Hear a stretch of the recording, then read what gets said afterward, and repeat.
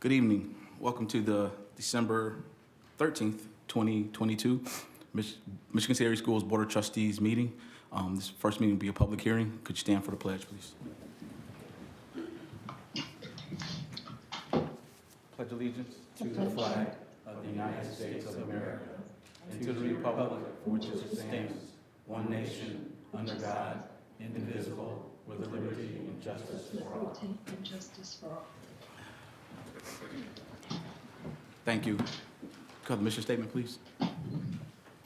The mission of the Michigan City Area Schools, the unifying force of our diverse community, is to ensure that all students are able to achieve any goal to which they aspire and contribute positively to society through a system characterized by learning as a continuous experience of excitement, opportunity, and achievement, clear goals and high expectations for student success, supportive families and community, staff with pride and purpose leading by positive example, and students prepared for and enthusiastic about their future.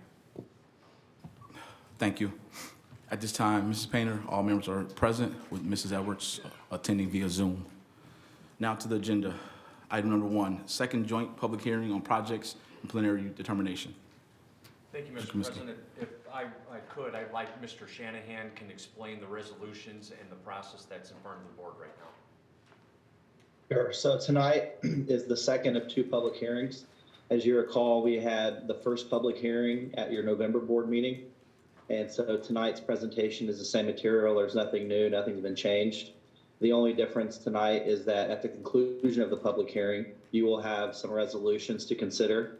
The purpose of the public hearing is to provide information on the projects and the cost and how they're going to be paid for and the need for the projects, and then also to give the board and the public an opportunity to ask questions or voice support or opposition to those projects. When you move at the conclusion of the public hearing, the first resolution that you have is a 1028 project resolution. That sets forth some of the parameters for the cost of the project. The next resolution is your preliminary determination resolution, and that is a resolution that sets forth all the parameters of the financing and includes the preliminary determination of the board to enter into the lease or amendment to lease. In this case, since you have an existing lease with your existing building corp, we'll probably amend that to provide for new payments.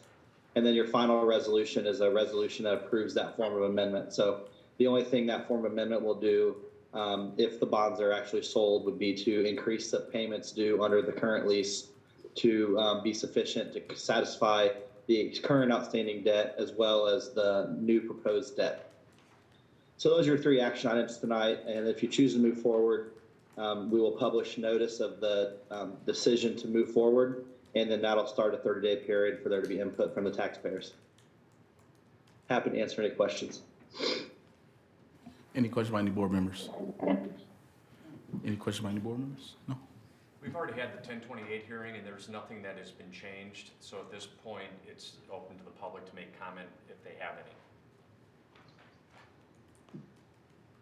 So at this time, we have public comment. Please limit your comments to 3 minutes. It's also just making note for the record that there is some information that Baker Tilly compiled that's required for the statute to be made available. So if anyone wants a copy of that, they can make a request from Mr. McGuire, and then he can email that to the group, or if they have any physical copies, they can hand those out as well. All right, thank you, sir. Please limit your comments to 3 minutes. There will be no direct interaction with the board, discussion, personnel issues, or direct or indirect verbal attacks or staff or the administration. Again, it's open for public comment during a reference to this public hearing. Any public comment?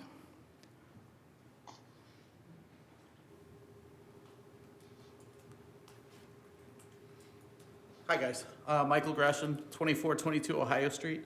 I did want to note one article I recently read that I think is germane to our school system and something we should try and track or work on. In the recent Ivy Tech expansion article, one of the footnotes at the end of the article was about how many people in the area receive either secondary certifications such as college degrees, or they go on and they receive a certification such as electrician, et cetera, et cetera. This is only on the Oh, 1028 I thought you said open. I'm sorry. Yeah, no, that's good. This is a public hearing on the 1028. This is about the building project. Yeah, no. My bad if I didn't make that We'll clear. get back to you on that, though. Not a problem. Any other public comment reference the resolutions on the 1028 and the project? Any other public comment? Seeing no public comment, what is the pleasure of the board? Move to approve. I have a motion and I have a second. Any further discussion? Seeing no further discussion, all in favor? Aye. Any opposed? That passes, Mrs. Painter. At this time, we will adjourn the public hearing and we'll go into our regular meeting. Just give me 1 second to get that agenda up, please. Oh, I'm sorry. My bad. That was for the 1028 project resolution. Next is the consideration preliminary determination resolution. Any questions by the board?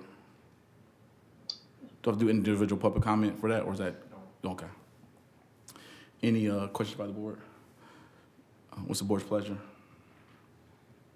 So moved. I have a motion and a second. Any other further discussion? Seeing no further discussion, all in favor? Aye. Any opposed? Aye. That passes, Mrs. Painter. And the last one is consideration resolution approving form of amendment to lease. What's the pleasure of the board?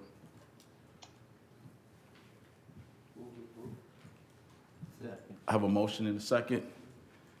Any further discussion? Seeing no further discussion, all in favor? Aye. Any opposed? That passes, Mrs. Painter, again. Thank you. At this time, we adjourn the public hearing and move into our regular meeting.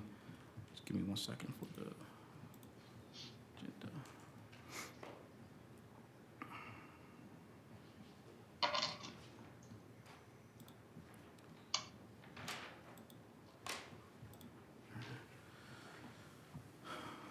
We forego the pledge and mission statement, and Mrs. Painter, for the record, all board members are present with Mrs. Edwards attending via Zoom.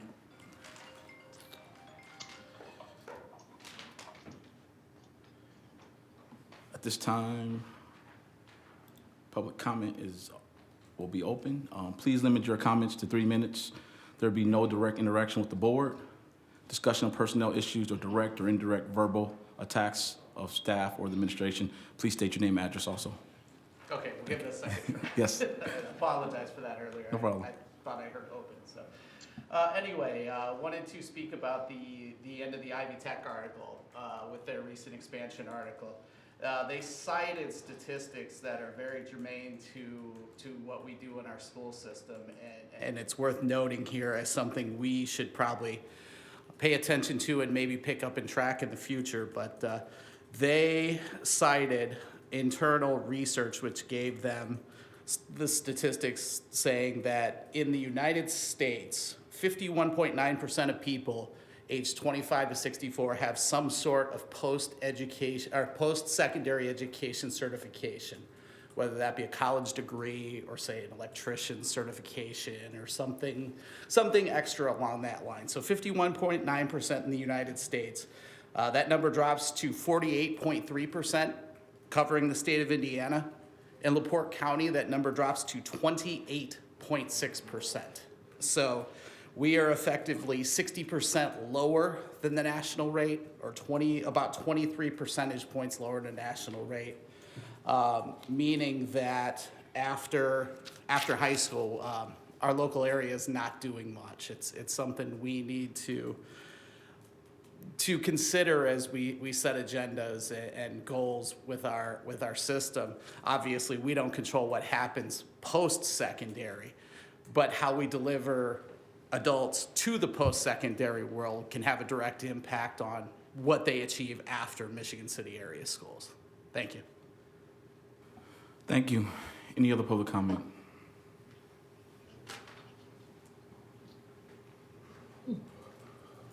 Rodney McCormick, 617 Union Street. I'm here for a couple of reasons. One, I just attended my son's basketball game about 2 weeks ago at Krieger Middle School. They was playing the Charters of the Dunes, I believe it is, and they had a staff member who invited her entire family to come and fight at that game. And that melee, my son ended up saying some things that he shouldn't have said, but he was put in a position where he had to stand up and defend his sister. He never took a punch, never swung at anyone, but he was punished and was kicked off the basketball team. First, I was told that he was not going to be removed. They was going to investigate and come back and talk to me later. But they went ahead and just kicked him off the team. I only found out about it after my son went to school the next morning. So I didn't appreciate the principal lying to me about that at all. For the last 4.5 years now, I've been waiting to get my son tested through Michigan City area schools. I don't know how in the world does it take 4 years to have your son tested. I don't get it whatsoever. These individuals that caused the trouble at the school was adults. One of them happened to be my daughter. I told you a while back ago when I first came into this board meeting earlier this year, she should not be attending anything from Michigan City area schools. Her behavior is unacceptable, but yet she was able to come to the game, and then the person from Michigan City who brought something to a game that had something to do with the NAACP and threatened my life, my daughter's life, and my son. And my son's 13 years old. He's the only one that suffered consequences out of all of this. My daughter was given a no trespass notice, but that's here nor there. That's something that should have been done anyway. I don't understand how is it that we take our kids, and for us in the black community, sports is a way out for us. It keeps us on the path of being compliant with the school. Now you just take away something that helps kids behave in the classroom and do their work, and you don't give them no other alternative. Does that sit well with you guys? It doesn't sit well with me. From the beginning, they could have just told me, your son is we're not going to put him back on the team. And then they could have gave me my option to choose what I wanted to do. So, meanwhile, I took my son to Florida. We just got back last night. He comes to find out he's locked out of his locker, and they took his notebook from him. So he couldn't do none of his homework. He couldn't do nothing. And then I was told that they gave him a loaner notebook for the day, and he still can't catch up with his work. How can you hold my child accountable for some nonsense that some adults did? And these are school officials from Dunes. Excuse me, Mr. McCormick, your 3 minutes is up. Excuse me? Your 3 minutes is up. I just don't get it. I don't know. I've been Thank you. waiting 4 years. Thank so you. I'm going to stand here for a minute. Thank you. I've been waiting 4 years. Mr. McCormick, your 3 minutes I've are been up. waiting 4 years for I have my son tested. Okay. And it still hasn't taken place. Mr. McCormick, your It's 3 not minutes okay. are up. It's not okay. Your 3 minutes are up. It's not okay. Your I'm 3 gonna stand minutes here are for a up. while. Your 3 minutes are up. I'm going to stand here for a while. Okay. It took you Well, 4.5 we'll have years you to removed. test my Mr. son. McCormick, I your didn't 3 even minutes are up. understand that. Mr. McCormick, your 3 minutes are up. Yeah, I don't understand that. Okay. Y'all should be ashamed of yourself in here. Okay. Thank you. And it's not right. Thank you. And something needs to be done. You can keep thanking me all you want to. All right. Thank you, Mr. McCormick. Good. I'm going to stand here. You can't disrupt the meeting, Mr. I'm McCormick. not disrupting. Do what you got to do then. Okay.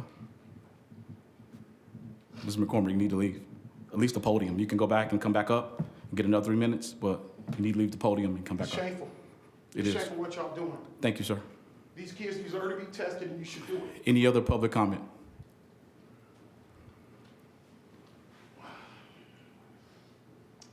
Good evening, Chris Deutscher, 321 Trail Street.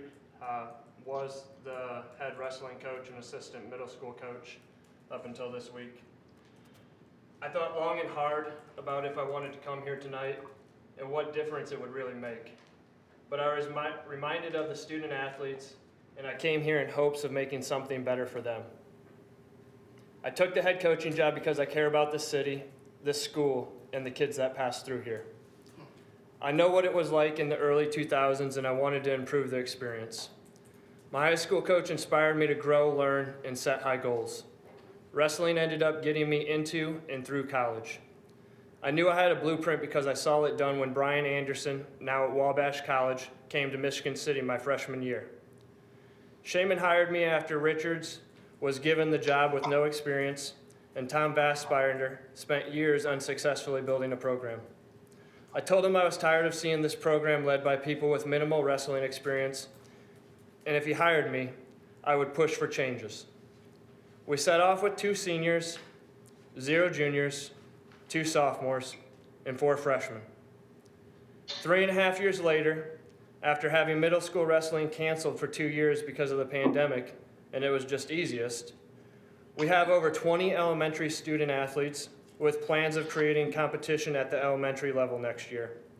Over 20 middle school student athletes with plans to revamp the competition schedule next year, and over 20 high school student athletes, one that is looking into going to college to continue his wrestling career. We created a kids camp, a spring lifting schedule, a summer lifting schedule, and a fall lifting schedule. I have overreacted when surprised and amazed by the half-hearted attempts our ADs have made. And I wouldn't be surprised if the parents felt the same way after their meeting Tuesday night with Shaman and Richards. You simply can't say the right things. Your actions and efforts need to support your words, and there has been little progress, if any, for Michigan City athletics. I'm sorry for my choices, and I wish I would have come to the board or superintendent sooner and showed more patience for change.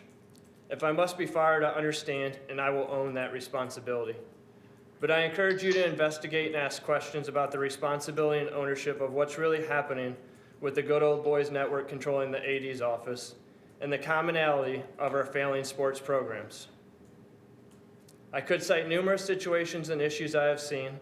To be honest, I wonder if they even really matter or if this is just another box-checking event. But I leave you with a few things that have happened over the past week that are troubling to me. November 30th, the secretary of Dr. McCollum returned my call and scheduled a meeting for Dr. McCollum and myself the following Monday, December 5th. Friday the 2nd of December, I called Shaman due to shoe tracks and dirt marks on the mat. The kids also mentioned social media Snapchats were posted of Mr. gym Deutscher, clubs. your 3 minutes are up, sir. All right, thank you. Thank you. Any other public comment?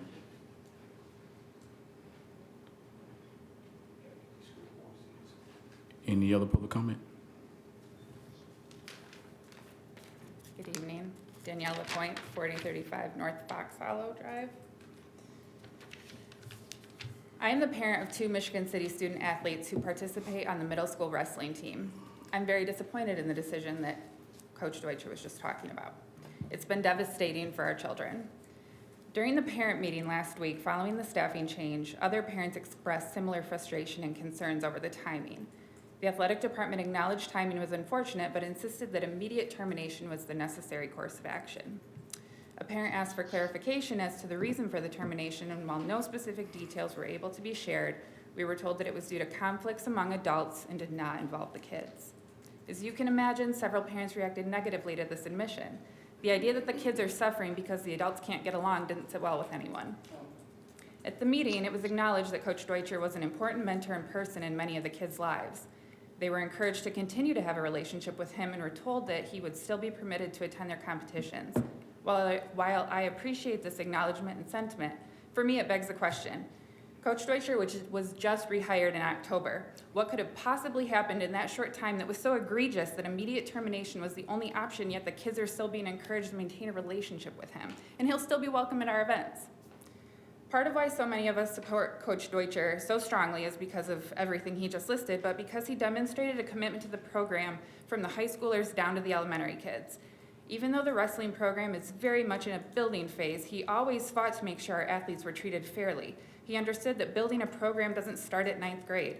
His coaching position wasn't a stepping stone. It wasn't an entree to the next bigger or better offer. He's from Michigan City. He graduated from Michigan City High School. He lives in Michigan City now, and he was building a program for Michigan City, not for himself. I wonder if the same can be said for the so-called adults who he had conflict with. Make no mistake, this is a huge setback for the wrestling program. Beyond that, it's incredibly defeating for a group of families that were brought together by Coach Deutscher to do something positive for our kids in school. Thank you. Thank you. Any other public comment? Any other public comment? Go. So kind of picking up where I left off. Chris Deutscher, 321 Trail Street. Dr. McCollum and myself had a meeting set for Monday, December 15th. Friday the 2nd of December, I called Shaman due to shoe tracks and dirt marks on the mats. The kids also mentioned social media Snapchats were posted of gym classes on the mats. He let me know he wasn't at school all day and he can't communicate about PE. This causes a 60-minute delay in practice for cleaning. I let him know wrestling needed a supporter in the AD's office, and it has gotten to a point where I scheduled a meeting with Dr. McCollum. Sunday the 4th, Shaman texted me at night that I needed to come Monday morning for a meeting. We scheduled the meeting for 10:30 after his dentist appointment at 9. Monday the 5th, he fired me. I removed my items and turned in my keys. Tuesday the 6th, I received a text message from Richards during the planned parent-coach meeting that they took over as the parent AD meeting with the message of, "Your parents are ripping us during the parent meeting. I love it. They love you, man." I didn't reply. I still question to this day why he sent me that message. He didn't help support wrestling after he stepped down as head coach. He didn't help in any fashion with communication or issues with Shaman and I. It's weird that he would choose to reach out to me with that message at that moment.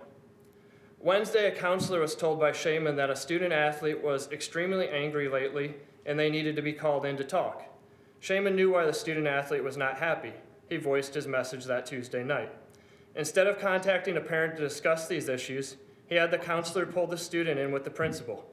No parent was consulted. Is this how student athletes are treated when they voice their opinion? Also on Wednesday, Shaman and Richards were holding a meeting with a student athlete in front of a whole class. The topic of conversation was coaches and other student athletes currently on the team. It was described as a conversation that shouldn't have been taking place in a classroom, let alone a classroom full of kids. Things are not right with the programs we offer and the support from the top down. No one oversees a program from K to 12 like we were developing.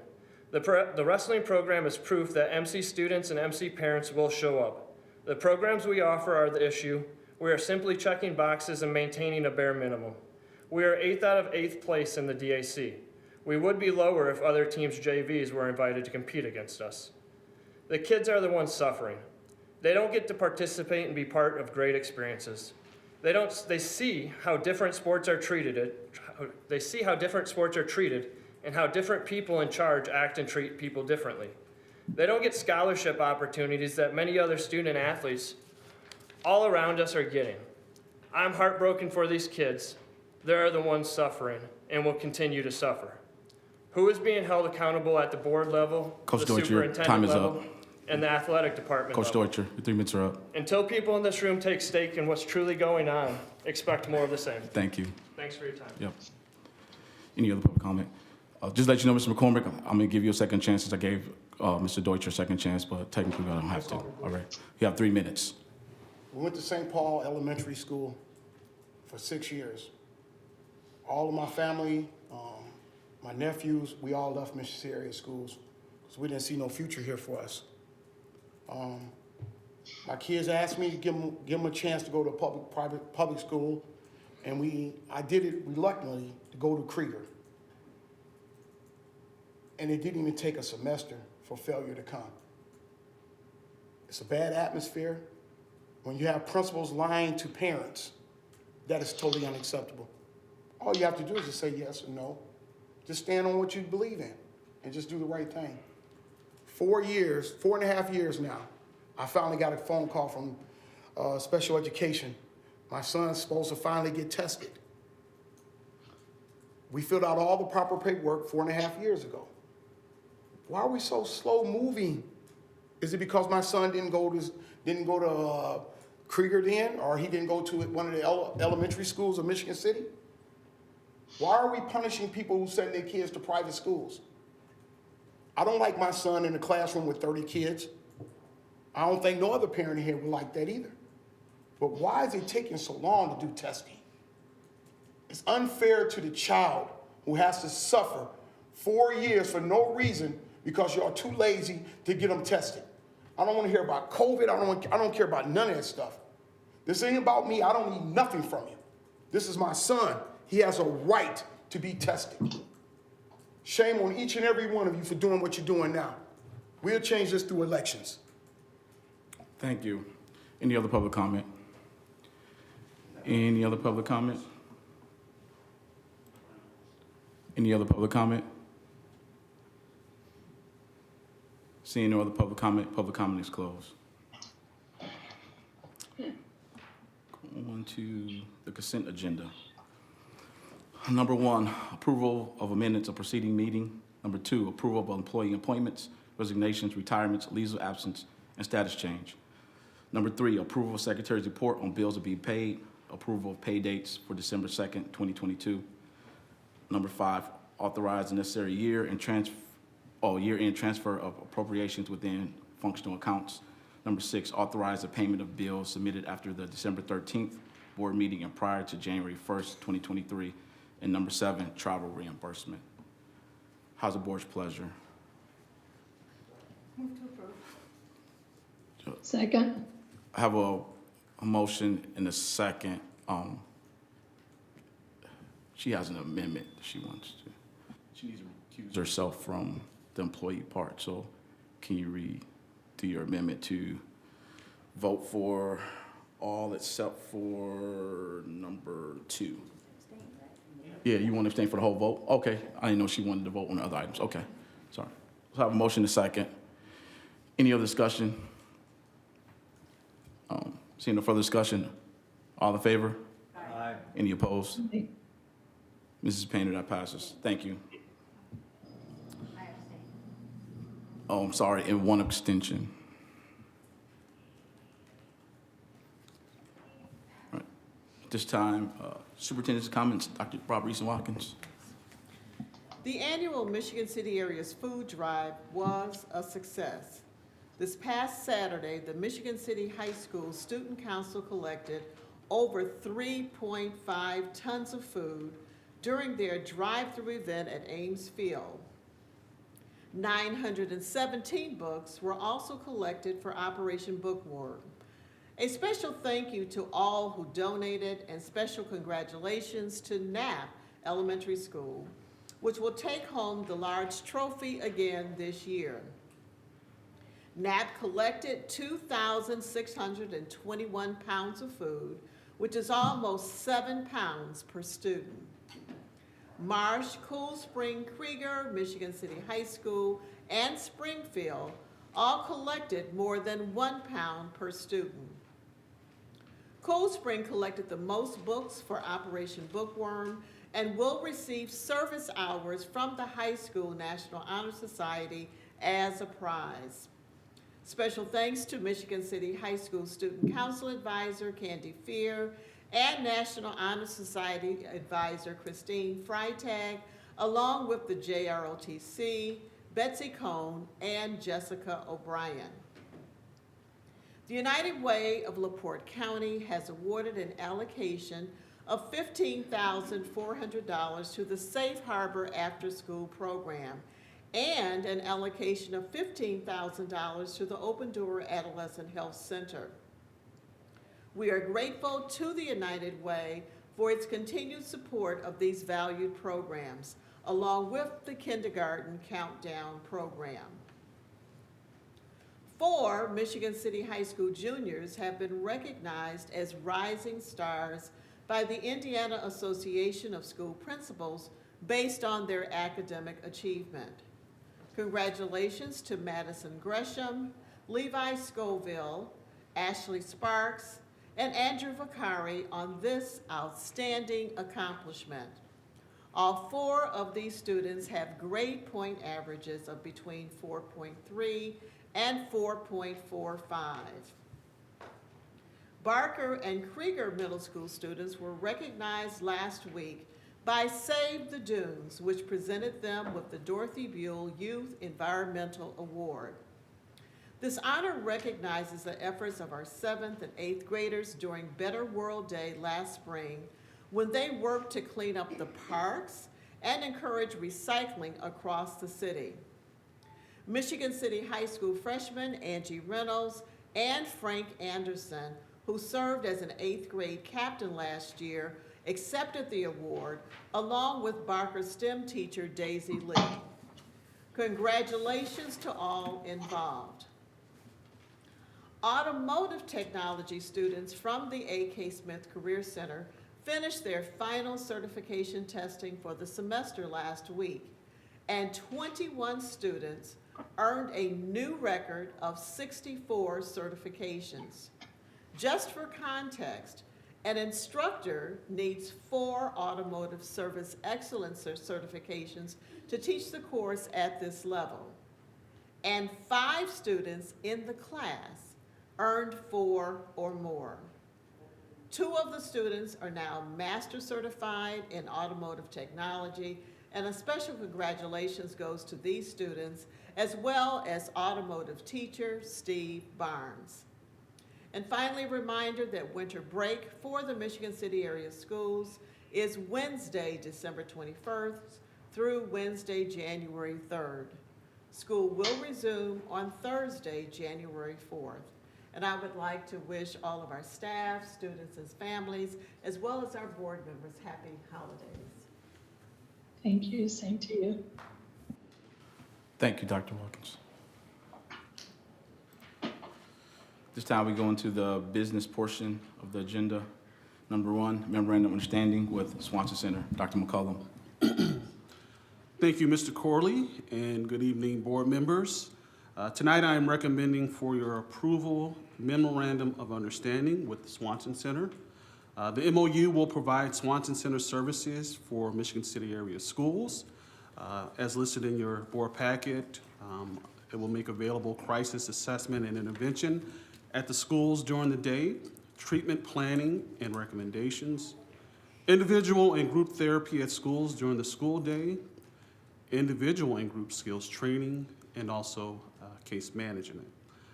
Once again, I am asking for your approval of this MOU between the Swanson Center and Michigan City area schools. Any questions from the board? So I'm just curious, the draft that we got in here has draft all over and it's got a lot of markups on it. This isn't really a final No. version. I mean, Okay. is this really ready for approval? Let me make sure you got the right version. I mean, it's draft printed all across. It has a bunch of red markouts and stuff. Okay. The only difference in the packet that you should receive would have been the need for Michigan City area schools to be responsible for providing or assisting the Swanson Center in making sure that payments were available. But otherwise, the information in the package should be ready for your approval as provided to you. So that was the one change, the red markup that's in the packet, as discussed with Mr. Kaminsky and the Swanson Center.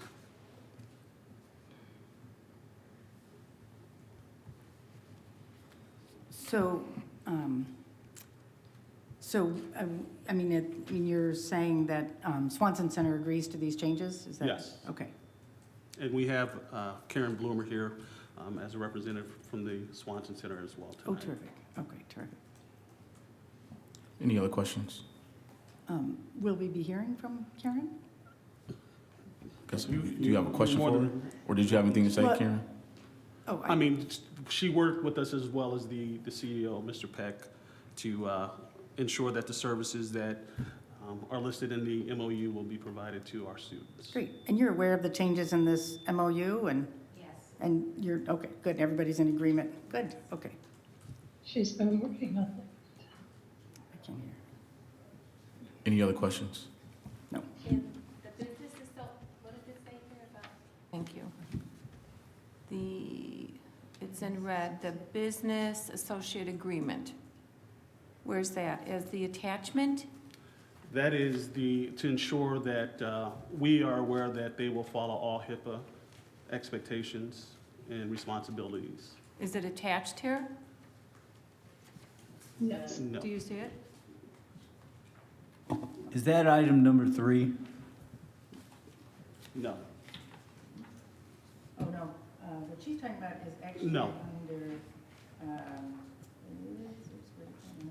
5, Correct, yes, that, 5C, yes. Thank you. But that speaks to patient confidentiality. HIPAA. Any other questions? Ms. Rose, you have any other questions? No, Your thank you. mic's on still, that's why, okay. Thank you. They turned it off, you're good. Any other questions from the board? Seeing no further questions, what's the pleasure of the board? Second. I have a motion in a second. Seeing no further discussion, all in favor? All in favor? Aye. Any opposed? And one abstention. That passes with all members voting yes, except for one extension. Thank you. Next is number 2, the COVID-19 response plan review. Dr. McCullum. Okay. The Indiana Department of Education requires that all school districts accepting ESSER 3 funds review the COVID-19 response plan every 6 months. Our district's plan was last reviewed in June of 2022. For the revisions for our plan, the board is recommending 2 minor changes. One, removing the reference to water fountains being out of service. They are once again in service at our buildings, and in addition to that, touchless water stations are also available, and students are also still encouraged to bring their own refillable bottles if they so choose. And then also adding a sentence that states that masks will be provided to symptomatic students who are awaiting pickup from the school by a parent or guardian. So those 2 changes we are recommending the board approve for the COVID-19 response plan. Thank you. Any questions? See no questions, what's the board's pleasure? Have a motion in a second. Seeing no further discussion, all in favor? Aye. Any opposed? Aye. That passes, Mrs. Painter. Next, number 3, Technical Review Committee, recommendation for design build services. Dr. McCullum. Okay. Thank you again, Mr. Corley. At the board meeting in October, the board approved our recommendation for Dan Rollins to be our design criteria developer for the Early Childhood Center and also CTE program that's at the former Brown Mackey building. And also during that time, the board approved for a technical review committee that would be responsible for reviewing any submissions of construction work at that site. So that technical review committee has met twice since the meeting in October. And per our technical review committee meetings, in which 2 were held, the committee deems performance services qualified to provide progressive design build services for the Early Childhood Education Center and CTE program renovations in addition project. A summary of the actions taken by the TRC were provided in the board packet and outlines next steps for the TRC upon your approval of our recommendation. So I am asking for the board to approve the committee's recommendation on performance services meeting the qualifications. Any questions from the board? So do I understand that there was just one proposal, performance? Yes. What are they called? Or Yes. they were the only person that made a Correct. proposal to do the design build work, Yes. right?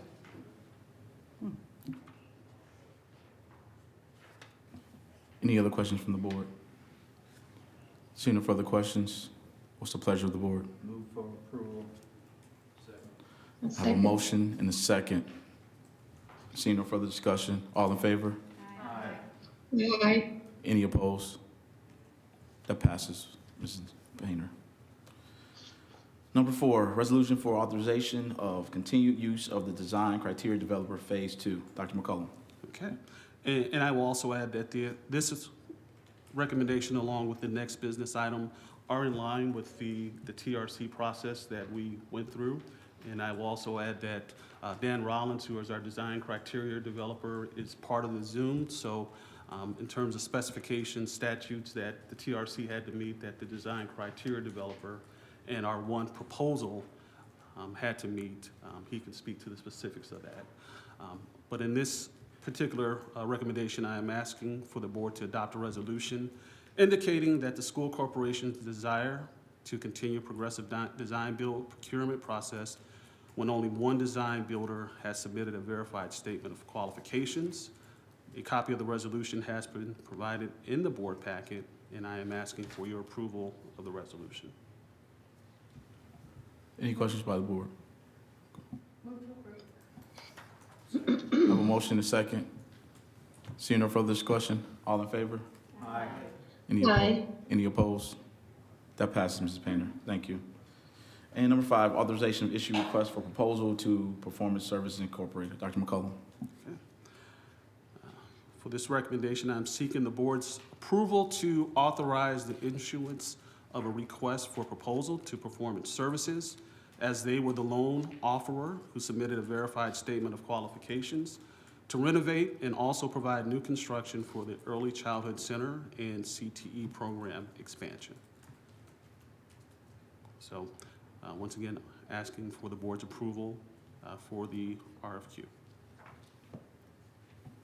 Any questions? Move to approve. I have a motion and a second. Seeing no further discussion, all in favor? Aye. Any opposed? That passes, Mr. Painter. Thank you, everybody. And number 6, Neola second reading. Mr. Kaminsky. Thank you. I had no questions from any of the board members. Again, Neola is your policy provider that keeps you in compliance with both state and federal law.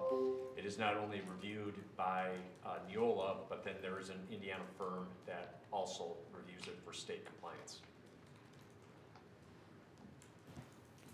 Any questions by the board? Question?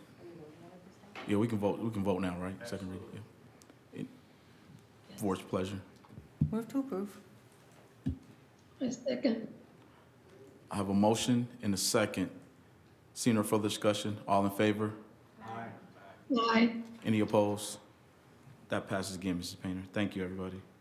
Approval of insurance provider. Mr. McGuire. Thank you, Mr. Corley. Good evening, everybody. As we do every December, it seems, or this time of the year, we review our insurance process. With us tonight, we have Mr. Charlie Keene.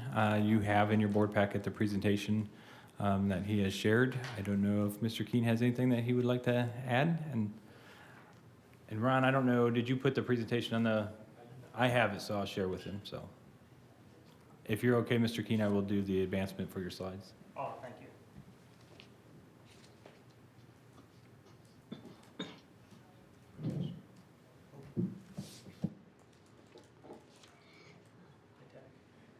Good evening, Board and Administration. I'm Charlie Keene with General Insurance Services, and I have with me tonight Matt Weber, my associate. He works with me on the Michigan City Area School account and is becoming ever more familiar with things as time moves on. Before I start running through this, I'll make it as brief as possible, but I'll keep this pretty informal. Please stop me if you have any questions. I don't intend to get into too much insurance jargon, but sometimes I get carried away. So if there's something you don't understand, please stop me. So the first section of the presentation is the historical review. So as in the past, I've put together a 5-year premium summary going back to 2019. So 2019, 2020, 2021, 2022. And then we have 2 options for this year's property and casualty renewal. We have the Liberty Mutual option, who you've been insured with for over 5 years now. And we have a CM Regents option, who is providing an alternate proposal this year. So as I walk through this, I'll be focused on the two columns on the right-hand side that are kind of highlighted in a blue box. So total package, Liberty's offer is $734,530. CM Regents option, $594,336. So CM Regents represents a, excuse me, let me back up. Liberty Mutual represents a 16.8% increase over the expiring premium. CM Regents represents a 5.5% reduction over the expiring premium. The workers' compensation, the column below that, we're not recommending making any switch to that, and it's really the only option that we have on the workers' compensation. It is in red, 305,000. It is red because it is only a very close estimate at this point in time. We are in the process of confirming some payroll information, which drives the premium, but we expect it to be close to that or slightly underneath that. So when you look at the whole program, the expiring, if you combine the Liberty Mutual and the IPEP option, that is roughly a significant increase over the expiring program. And if you combine the CM Regents and the IPEP proposal, the IPEP workers' compensation, that represents a 5.8% decrease in the overall premium. Are there any questions? I threw a lot of numbers out there. Sure, on the workers' comp, you know, I know it's all based on the history and, you know, Correct. injury history and stuff, and so where are we on that?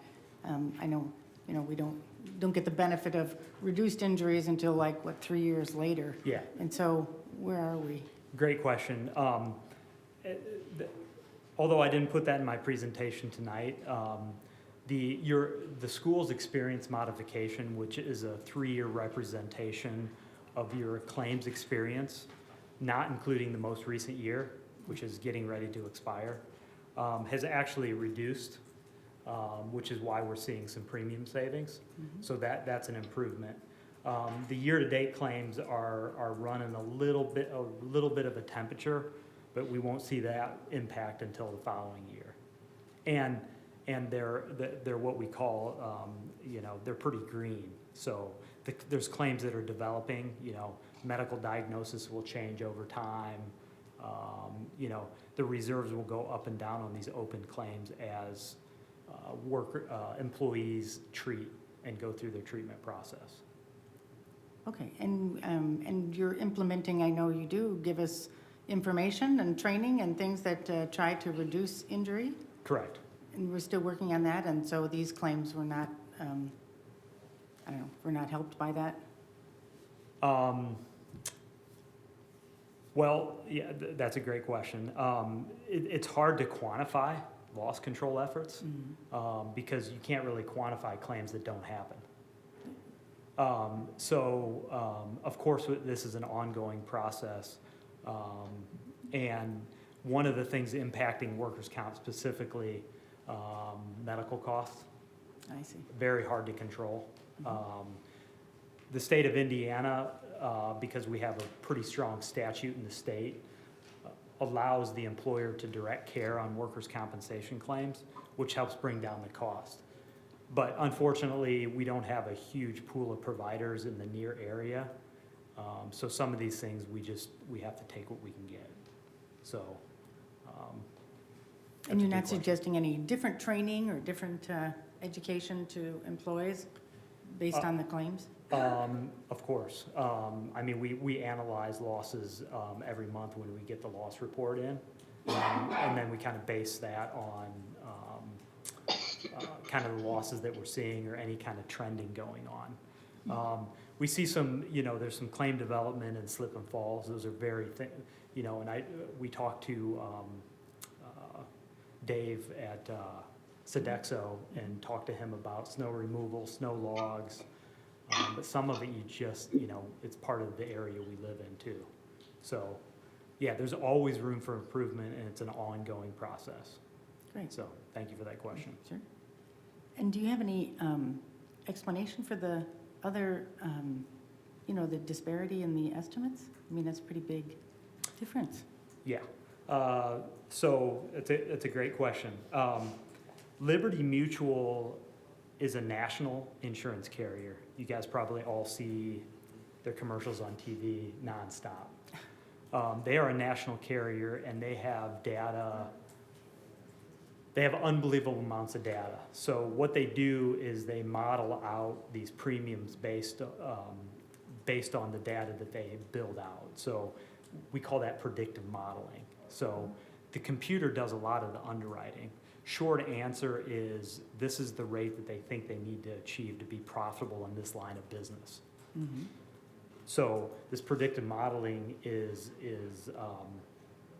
telling them that these are the kind of rates they need to increase to. They also try to predict the future.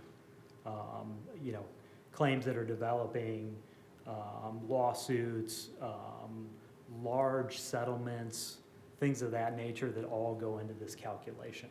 Having said this, and I'm not talking about the workers' compensation, the school's losses on the other lines are very favorable. So as soon as we get an indication like this, when you take the individual merits of the Michigan City area schools, we're going to go out to market. To me, it's unacceptable. So we go out to marketplace and see what other options we have. I wouldn't bring another option unless it was viable. So, yeah. So let me just give you, regarding CM Regents, obviously there's a significant savings on that front. Just a little bit about CM Regents. They have been doing or insuring public education and public sector type risk since 1971. Their largest state is Pennsylvania. They've been insuring schools for over 40 years in that state. Although they're not the #1 carrier in Ohio, they are a large carrier provider in Ohio for schools, public schools specifically. And they also have moved into Kentucky and are following now into Indiana. So they are new to the state, but not new to the education front. They have claims specialists, and the schools will get a dedicated claims advocate. So we have problems or issues with a claim, we have somebody to go to. It's pretty nice. Good. And of course, they have the customized endorsements that are needed for a public school as well. They have all the coverage forms. Matt and I have spent hours and hours going over coverage forms and looking at policy language, just to make sure that what we're delivering is exactly what you have or better. Great. And they also will bring to the table additional resources to provide safety and loss control services. Of course, they're not providing the workers' compensation. This would be the liability coverages, property coverage, and things of that nature. Are there any questions on this? I threw a lot of information out there. So just on the commercial property page, this is a coverage amount? I mean, it looks like a weird amount, like it would be more like a premium or something. It says 20, let's see, on the commercial property page, it says, Okay. Page 5, I guess. I'm gonna let Matt is gonna do the coverage review. Oh, okay, and great. I'll jump in if there's any other question. Yeah, same as Charlie said, please let me know if you have any questions. Feel free to stop me. First, I want to thank Kevin, his staff, other department heads and their staff for helping us through this process. It can be a lot of information gathering, especially when we go out to market. So big thanks on that front for helping us put this together. To your question, what we have there, the first coverage, blanket buildings and personal property. Exactly what it sounds like, all the buildings, business property not attached in the buildings. and it's kind of one big bucket, a blanket. So the expiring term, we had that 352 million. This year, we did it with Liberty Mutual and CM Regent. We took this larger increase based on appraisals, software that underwriters use, that we use. And for a number of reasons, you know, it came in a lot higher. Last year. Sorry, is that like a replacement number? Correct. Oh, okay, all right. Sorry, yeah, the insurable value of buildings and contents as a whole. First, we added the Early Childhood Center, I think that's the correct name, earlier midterm, so we bumped that up about $7 million, that total. Then we ran the appraisals, and we came in with quite a big increase on the blanket. Last year, we went a 2 to 3% overall, which is typically has been standard for an inflation guard, but inflation has not been standard recently, so we felt this need was it was needed to raise these blanket limits. Moving on, we have the equipment breakdown, business income unchanged. The valuation is replacement cost, the same deductible for the property, and then flood and earthquake limits there. Any questions on property? Which takes us. I'd just like to point out that one of the struggles that we've had in our industry is battling this inflationary environment that we're in. So when you do the math here, that's roughly $80 million of values to increase. And to keep up with replacement costs, I mean, that number seemed like a lot to me in the beginning until I started diving into the numbers, and I'm like, yeah, it makes a lot of sense. So just rest assured, like, it's a necessary increase. It's a lot of coverage, but the district has a lot of stuff to insure. So go ahead, Matt. And we will continue to work with Kevin and his staff and Dave over facilities on the design build progress and make sure we're ensuring the value and keeping necessary coverages in place as they come about. Moving on to liability, we have the general liability remains unchanged, those limits there. Educators' legal liability. And to note there, CM Regent on the right-hand column, which is represented, is actually offering a lower deductible for this coverage from $10,000 to $5,000. The law enforcement liability remains unchanged. And then the violent event response, which has been in place for a number of years now. CM Regent is offering a handful of additional insuring agreements, different categories within that, at that same $1 million aggregate limit. So felt that was worth pointing out for broadened coverage on that front with this quote. Any questions on liability? Which takes us to commercial auto. Not a whole lot changing here besides the actual number.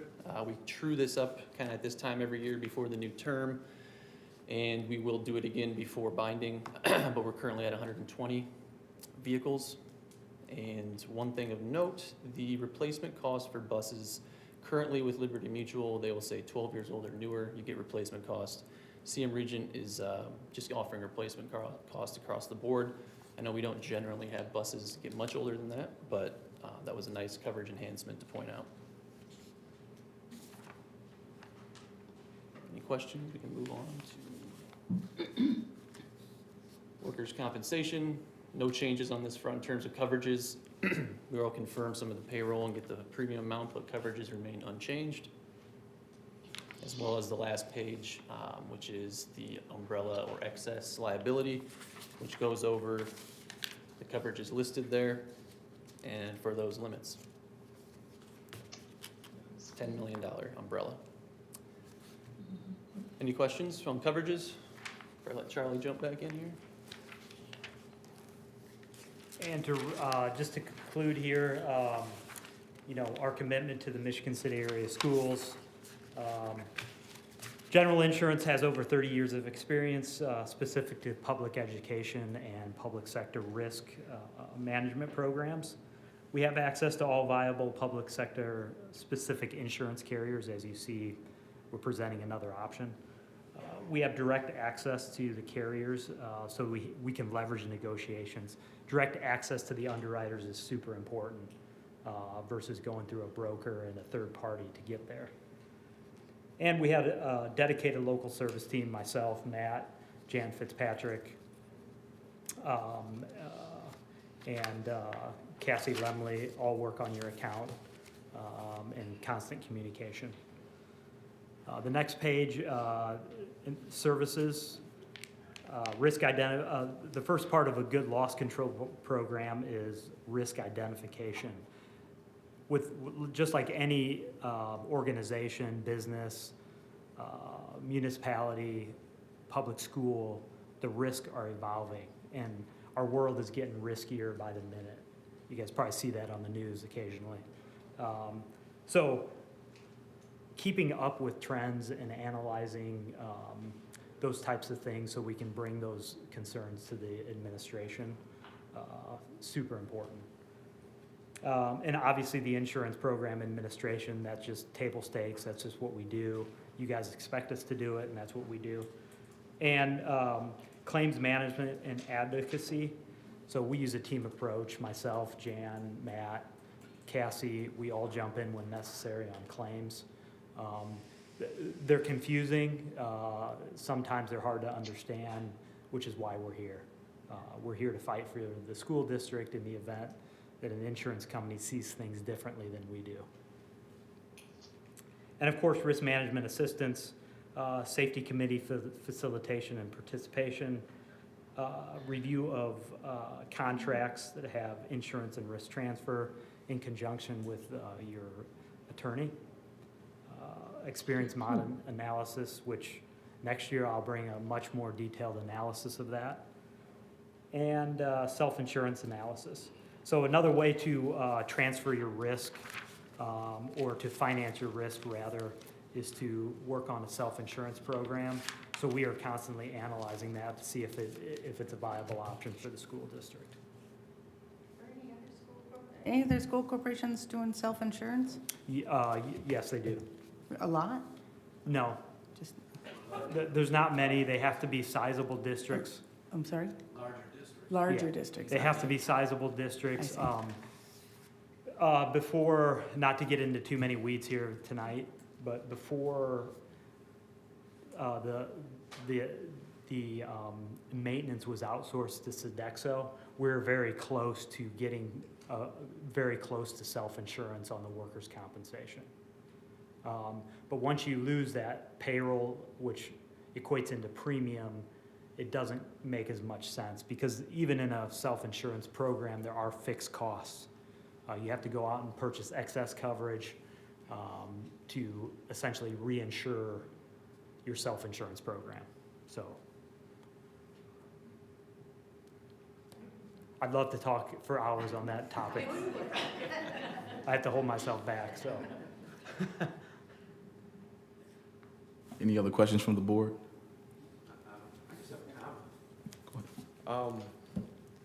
You know, in the face of inflation, that we could be increasing our coverage by like 22 or 23%, and our cost is dropping almost 6%.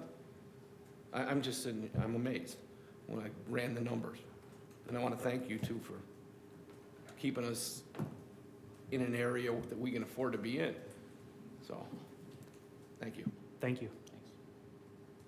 Any other questions? Thank you. Mr. Corley? Yes. I'd also like to say thank you. GIS has been a fantastic partner over the years, and we've brought some interesting questions to them this past few months, and they've been quick to respond, so I appreciate the time and the presentation tonight. And it is our recommendation that the board approve the change in the insurance carrier. Thank you. Thank you. See no further questions by the board. What is your pleasure? Move to approve. Second. Have a motion and second. See no further discussion. All in favor? Aye. Any opposed? Mrs. Painter, that passes. Thank you again. Thank you, and wish everybody a happy holiday to their friends and family. Same to you. Thank you. Same to you. Number 8, library board vacancy. At this time, I would like to appoint Mr. Michael Wilkerson, or I guess reappoint Mr. Michael Wilkerson to the vacancy in the Michigan City Public Library Board of Directors. No, it's just an appointment.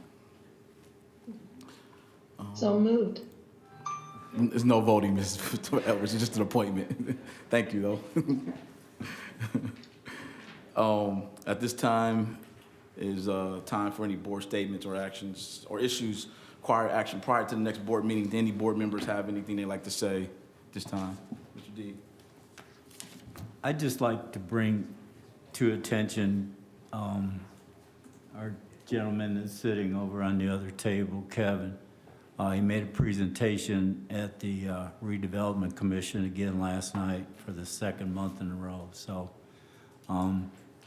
I can tell by the commissioner's comments when Kevin leaves the room how much they appreciate his help and his efforts and how he's helping actually connect the school system with the community, which is pretty fantastic.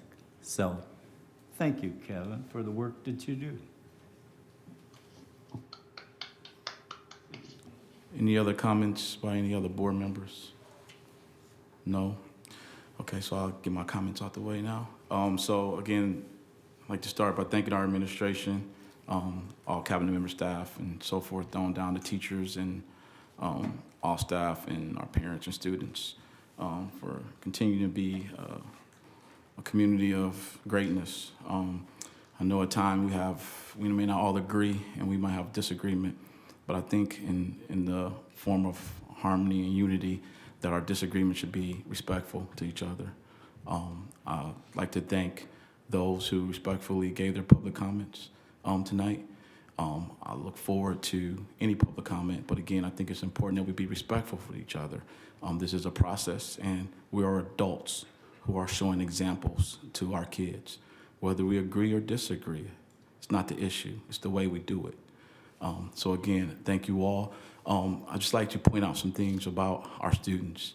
I've always had the privilege of coming in contact with many students, but I just thought this last couple of times have been kind of touched my heart because I had my younger kids with me and they were allowed to see the role modeling of our students. I had the opportunity of being interviewed by some students at the Festival of Lights parade at the end. And the teacher, Aaron McCrail, had 3 students out there doing the interview and asked me to interview me and so forth. And it's just not the fact of him, but it's the way he was preparing them. I mean, it was actually like a professional interview. I was like, this is, nice. I mean, they asked me, the things that if anybody ever interviewed anybody or any journalists in the audience, that when you ask the name, can you spell your name? All those small little things that turn into big details, they actually did. And I just was proud to see that progression of these middle school students getting that experience and getting that guidance in order to be those next journalists or so forth afterwards. Then our junior ROTC, I think if anybody knows anything about that program, there's nothing negative to really say. Those kids are out there day and night. Every event you can name it, they're volunteering, they're doing anything. Well, I had the opportunity of, through my volunteering with the Salvation Army, of being at the pantry, and they were there tirelessly working to help with the pantry, but it's just the fashion that they did it. No complaints. Actually got to just see them interact with each other in a positive way, but in a way that just brought camaraderie to them. And I had my 2 young kids with me, and they saw that. And so then that was my cue to be like, you see those kids? And so they just stepped in line because those kids were doing that. And then throughout this whole Christmas campaign for the Salvation Army, I've had the pleasure over the years to take on a kettle at Hobby Lobby. And this year I think I'm gonna have to actually go out there. But in the past year, so many friends and family have volunteered to ring the bell at that kettle that it's been overwhelming. And this year, I would say the biggest participants were Michigan City area school students and even some parents that came out to, again, make sure that everybody in this community was served through their time. This is a Saturday, and kids have a lot they can be doing on Saturdays. Some kids sleep 10 hours, some kids don't, but these kids were out all day. And so I say those comments not so much to, I don't want to say brag, but just to give us a sense of what we have here, again, with our agreements or disagreements. We have a diamond in the rough in this community, in the school system, and then the product that we are producing for not just our area. Unfortunately, sometimes they go to other areas, but just what we're doing here is, I think, impressive. I think sometimes it's overlooked. I think sometimes the politics makes us not appreciate what we have. And again, as long as I have this platform, I will continue to bring to attention that we should appreciate those things, because at times they may seem small, but in the end, they're really big. Because if we invest now, we pay less later. So again, thank you. Happy holidays, everybody. Hope everybody gets what they want from Santa Claus. And we'll see you all again next year. Seeing no other comments from the board, Dr. Watkins, anything else? I would just like to congratulate our students and our music teachers for putting on a phenomenal performance last week for One City, One Sound. This was the first time in a while that we had been able to be not only live, but in person. Last year it was virtual. And to see all of the work that went into the performance, to see the response. You know, the police were there to support us, the JROTC. We were collecting food donations for the Salvation Army. The audience was really, phenomenal. And again, it was just a great evening for everyone. So kudos to the Michigan City Music Department and the students. Thank you. Anything else, Dr. McCollum? Anything else from any cabinet members? No? Okay, this meeting be adjourned. See you all next year. Thank you.